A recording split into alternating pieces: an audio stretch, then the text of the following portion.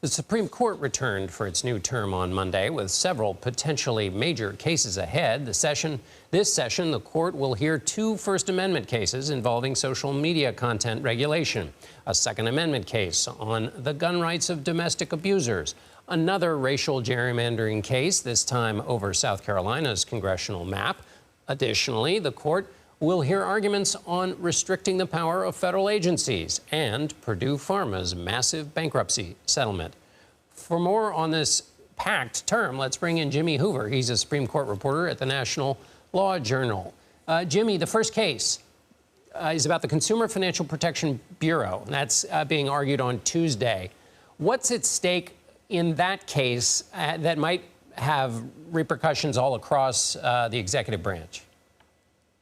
Yeah, as you say, it's a pretty big deal for the executive branch. This is another one that is kind of a challenge to what conservatives like to call the administrative state, the alphabet soup of federal agencies that police all manner of industries. This one involving the CFPB, which is the cop on the beat for the consumer financial sector. Things like the regulations for credit cards, payday loans, other things involving people's pocketbooks. So that's a case that has to do with the way that the CFPB was actually set up after the 2008 financial crisis, when it was kind of the brainchild of Senator Elizabeth Warren. And Congress decided that they were going to set up some pretty independent funding for the CFPB. So it's not necessarily tied to annual appropriations in Congress. This has the effect of insulating it from the political winds. And as you can imagine, that makes a lot of regulated companies pretty upset. So they've brought this challenge, and the Supreme Court's going to review the constitutionality of that independent funding structure. Right. The CFPB says that gives them independence. Critics say that means they answer to no one. Let's go now. For the first time in U.S. history, the Supreme Court is thinking about adopting an ethics code for justices. There's been a lot of questions about Justice Clarence Thomas principally, but also Justice Sotomayor, Samuel Alito. What do we know about the state of those ethics rules?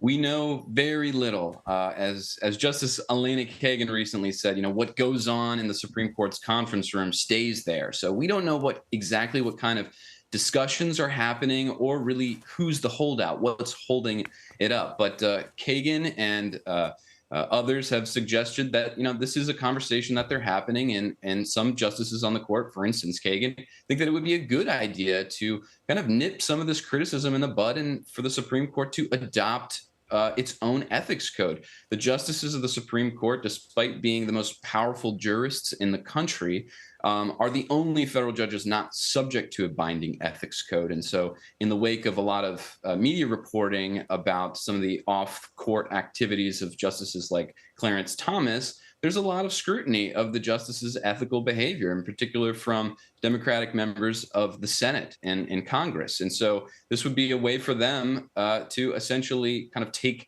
preemptive control over the conversation and potentially put some of these controversies to rest. But we don't know when it's going to happen.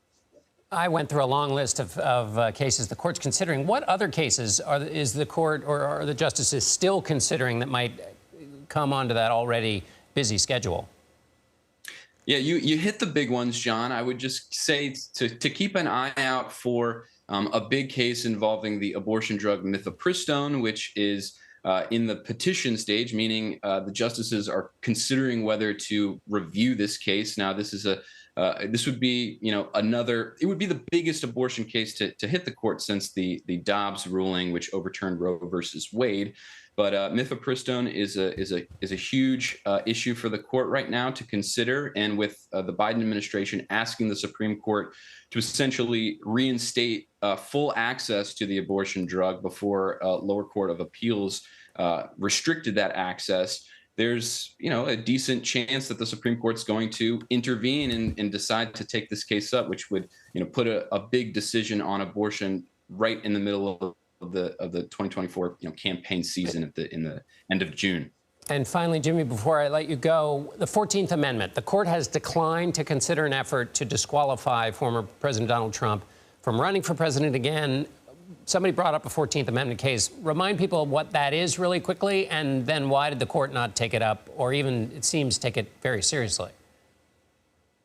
Yeah, the 14th Amendment to the Constitution, ratified after the Civil War, has a line in it that essentially prohibits people who were engaged in an insurrection against the United States from holding office. Now, kind of a popular legal academic debate du jour is whether that can be applied to essentially take Trump out of the 2024 election.